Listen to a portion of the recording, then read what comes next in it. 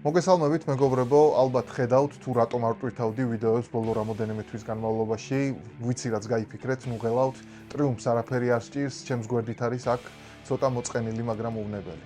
ჩემს ფეხს რაც შეეხება კი ის ჩემმა სხვა ჰობი მიმსხვერპლა, ასე რომ ვთქვათ. ამაზე ალბათ ცალკე ვიდეოს გავაკეთებ მომავალში. ახლა კი სანამ სიარულს თავიდან ვსწავლობდე, ვეცდები არხზე ახალი კონტენტი შემოგთავაზოთ და დღევანდელ ვიდეოში მოკლედ მოგიყვებით ყველაზე სასურველი და დახვეწილი მოტოციკლების მწარმოებელ ბრენდზე იტალიიდან. ხო, იქიდან ჩექმას რომ გავს. და თუ რატომ გახდა პატარა კომპანია, რომელიც აწარმოებდა რადიოებს, ყველაზე სასურველი მოტოციკლების მწარმოებელი. ამისთვის კი მოგვიწევს ზუსტად 1 საუკუნით დროში უკან დაბრუნება. 1926 წლის იტალიაში ანტონიო კავალიერიმ და მისმა სამავაჟიშვილმა ადრიანო მარსელომ და ბრუნომ დააფუძნეს SSR Ducati, რომელიც აწარმოებდა რადიო კომპონენტებს. შემდეგი რამოდენიმე წლის მანძილზე ბიზნესი ყვაოდა და იმ დონემდეც მივიდა, რომ კომპანიას 7000 თანამშრომლამდეც ჰყავდა. ეს ყველაფერი კი იქამდე, სანამ Ducati-მ რადიოების კეთება სამხედრო დანიშნულებით დაიწყო ერთი პატარა ულვაშა ავსტრიელისთვის მეორე მსოფლიო ომის დროს. და ყველაფერი იმით დასრულდა, რომ 1944 წელს ამერიკულმა ბომბდამშენმა ქარხანა მიწასთან გაასწორა. მეორე მსოფლიო ომის შემდეგ კი, როდესაც იტალიის ეკონომიკა ფეხზე დგებოდა, Ducati-მაც შეძლო დაბრუნება და გადაწყდა, რომ ის ხალხისთვის იმ მომენტისთვის ძალიან საჭირო იაფი ტრანსპორტის წარმოებით დაკავდებოდა. და ასე შეიქმნა Ducati-ის პირველი მოტორიზირებული ველოსიპედი წარმოუდგენელი 1.5 ცხენის ძალით. შემდეგი წლების განმავლობაში Ducati აგრძელებდა დაბალკუბატურიანი ბაიკების წარმოებას, სანამ არ დაიწყო იმ დროისთვის ახალ განვითარებულ მოტორბოლებში მონაწილეობა. და კომპანიაში დაიწყო მუშაობა გენიალურმა ინჟინერმა ფაბიო თაგლიონი. თვითონ desmodromic valve-ის ტექნოლოგია გამოიგონა გუსტავ მიისმა 1896 წელს, თუმცა თაგლიონიმ მას Ducati-ში იდეალური სპორტული დანიშნულება მოუძებნა. ორი სიტყვით რომ აგიხსნათ, თუ რას წარმოადგენს desmodromic valve-ის ტექნოლოგია, დავიხმარებ ფოტო და ანიმაციურ მასალას, რადგან ეს ჩემი აზრის გადმოცემის უნარს აღემატება. სტანდარტული valve სისტემა მუშაობს ზამბარების მეშვეობით, კემშაფტი ბრუნვის დროს ინტერვალებით აწვება valve-ს და ხსნის მათ ცილინდრში საწვავის და ჰაერის მიწოდებისთვის, ხოლო ზამბარები უკან აბრუნებენ მათ. ასე რომ ძრავი რაც უფრო სწრაფად მუშაობს, მით უფრო სწრაფად იშლება და იკუმშება ეს ზამბარებიც. პრობლემაც კი სწორედ ამაში იყო. იმ დროისთვის მეტალურგიის პროგრესი ხელს უშლიდა ისეთი ხარისხის ზამბარების დამზადებას, რომლებსაც შეეძლო დიდი დატვირთვის ატანა ძრავის მაღალ ბრუნვებზე. და ამაზე მეტი ხანდახან დიდი დატვირთვის დროს ასინქრონიზირებული valve ეჯახებოდა პისტონს და იწვევდა ძრავის წამიერ ანიგილაციას. ხოლო desmo სისტემის შემთხვევაში კემშაფტზე არის ესეთი ფული, რომელიც არა მარტო აწვება valve-ს დაბლა და ხსნის მას, არამედ თვითონვე აბრუნებს მას უკან, რითიც გამორიცხავს ძრავის სისწრაფის შეზღუდვას ზამბარების ხარისხის და სიჩქარის გამო. და ამიტომაც Ducati-ის თანამედროვე სპორტბაიკებზე redline-ი 16500 RPM-ზეა. და როგორც ვიცით, მეტი ბრუნი, მეტი ცხენის ძალაა. ასე რომ ამ ტექნოლოგიის წყალობით შემდეგი რამოდენიმე 10 წლეულის განმავლობაში Ducati მოტოსპორტში დომინირებდა.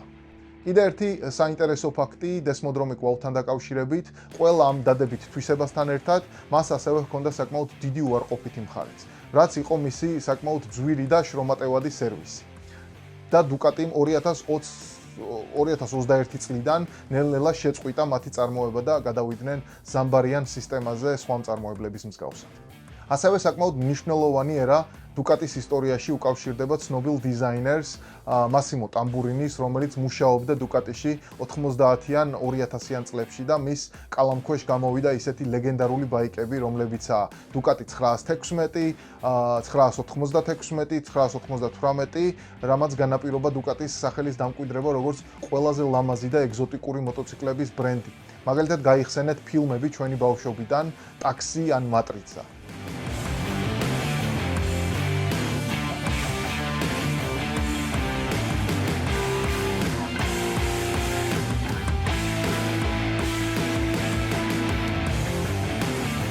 ჩემი საყვარელი ფილმის სცენა Ducati-ის მონაწილეობით ალბათ მაინც Tron Legacy-დან არის სრულყოფილებაა.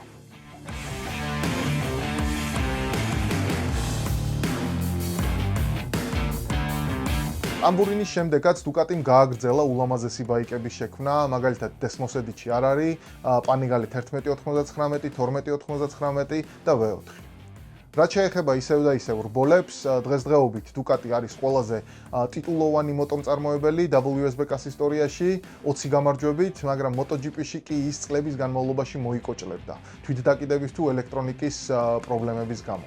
თუ არ ჩავთვლით Casey Stoneris პერიოდს, მაგ დროს ტიპი ტრაქტორითაც კი მოიგებდა ალბათ, მაგრამ Casey-ს დროსაც აშკარა იყო, რომ Ducati-ს ბაიქს პრობლემები ჰქონდა და მხოლოდ Casey-ს ტალანტის ხარჯზე იგებდნენ.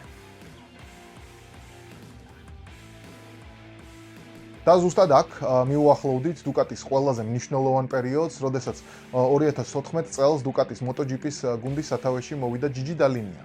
შემდეგი წლების განმავლობაში ამ ადამიანის დახმარებით Ducati-მ ინოვაციურ ინჟინერიაში გაასწრო ყველა მწარმოებელს, თითქმის ყველა პუნქტში, ეს იყო აეროდინამიკა, თვითდაკიდების სისტემა თუ ელექტრონიკა. მაგალითად, აქტიური suspension-ი, რომელიც ბაიკის უკანალს აგდებდა მოსახვევიდან გამოსვლის და აჩქარების დროს, მეტი traction-ისთვის, ან ვინგლეტები აეროდინამიკის გასაუმჯობესებლად და wheel-ის საწინააღმდეგოდ.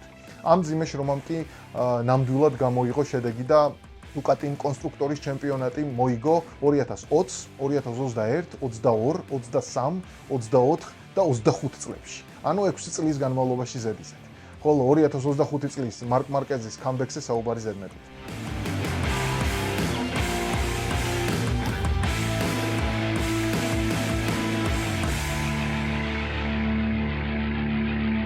სწორედ ამიტომაცაა მეგობრებო Ducati ასეთი პოპულარული დღესდღეობით იმის და მიუხედავად რომ მისი ბაიკები საკმაოდ მაღალფასიანი სერვისით და ფაქტორი რიკოლებით არის ცნობილი.